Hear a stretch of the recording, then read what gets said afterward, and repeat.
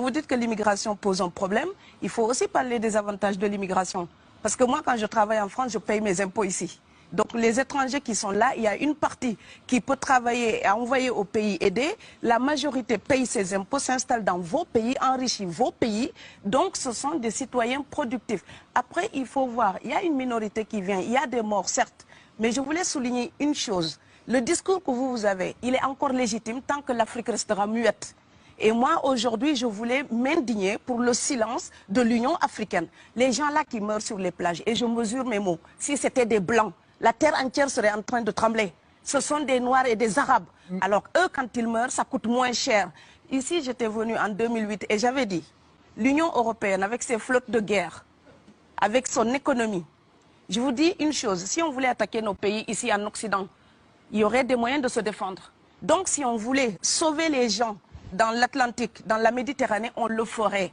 Parce que les moyens qu'on a mis pour Frontex, on aurait pu les utiliser pour sauver les gens. Mais on attend qu'ils meurent d'abord. C'est à croire que le laisser mourir est même un outil dissuasif. Et je vais vous dire une chose, ça ne dissuade personne. Parce que quelqu'un qui part et qui envisage l'éventualité d'un échec, celui-là peut trouver le péril absurde et donc l'éviter.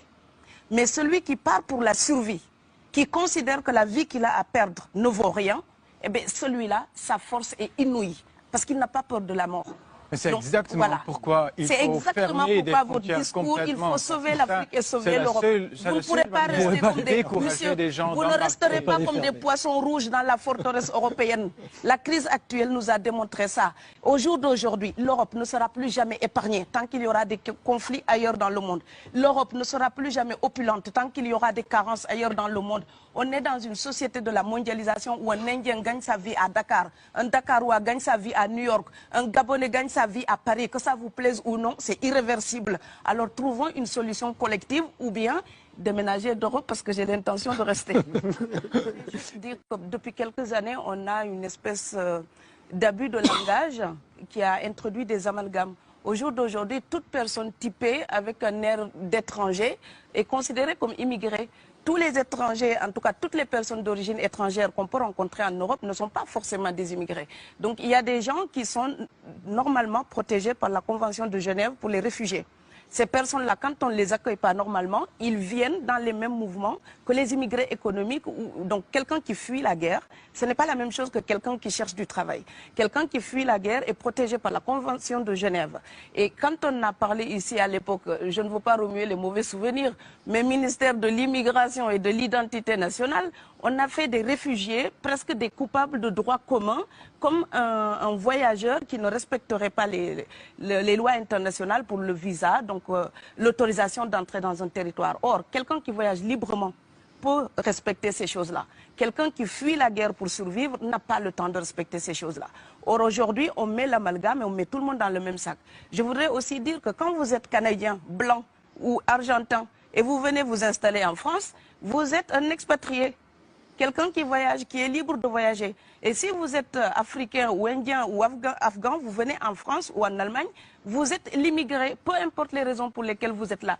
Et donc cette représentation de l'autre, l'Europe doit corriger son regard si elle ne veut pas encourager la xénophobie. Parce que la représentation qu'on se fait de l'autre alimente ensuite le repli sur soi, le rejet. Donc voilà, voir quelqu'un qui est en règle, essayer de savoir d'où vient cette personne, pourquoi cette personne vient.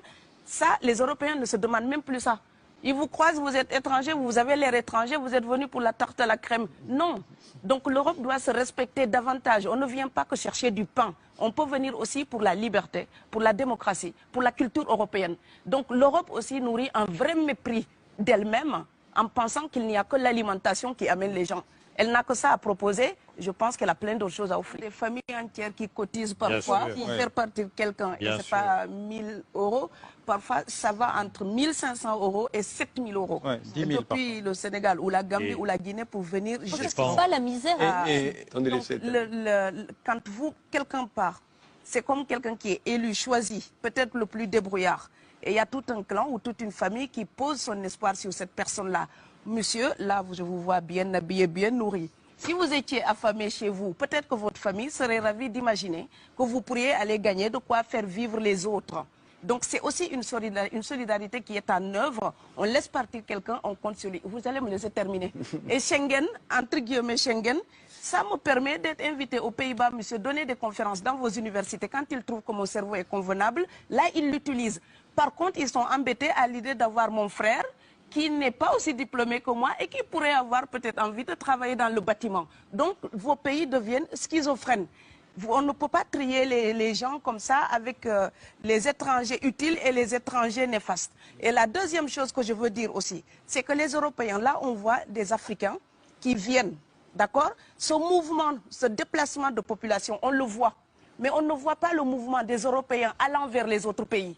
Alors celui-là, c'est le mouvement des puissants, ceux qui ont l'argent, ceux qui ont le bon passeport. Donc vous allez au Sénégal, vous allez au Mali, vous allez dans n'importe quel pays du monde, au Canada, aux États-Unis, partout où je vais, et je voyage tout le temps, je croise des Français, des Allemands, des Hollandais. Je les rencontre partout sur cette planète parce qu'ils ont le bon passeport. Donc, comme avec l'exotisme, l'Europe s'était arrogé le précepte unique, unilatéral, de l'exotisme. Les autres sont exotiques. Alors que pour quelqu'un de mon village, il n'y a rien de plus exotique que quelqu'un d'Amsterdam. Maintenant, pour l'étranger aussi, pour les voyages des temps modernes avec la mondialisation, quand les pauvres viennent vers vous, il y a des mouvements de foule qu'il faut bloquer. Mais quand vous, avec votre passeport et avec toutes les prétentions que cela donne, vous débarquez dans les pays du tiers-monde, là, vous êtes en terrain conquis. Donc, on voit les pauvres qui se déplacent, on ne voit pas les riches qui investissent dans nos pays. L'Afrique se développe en taux entre 5 et 10%.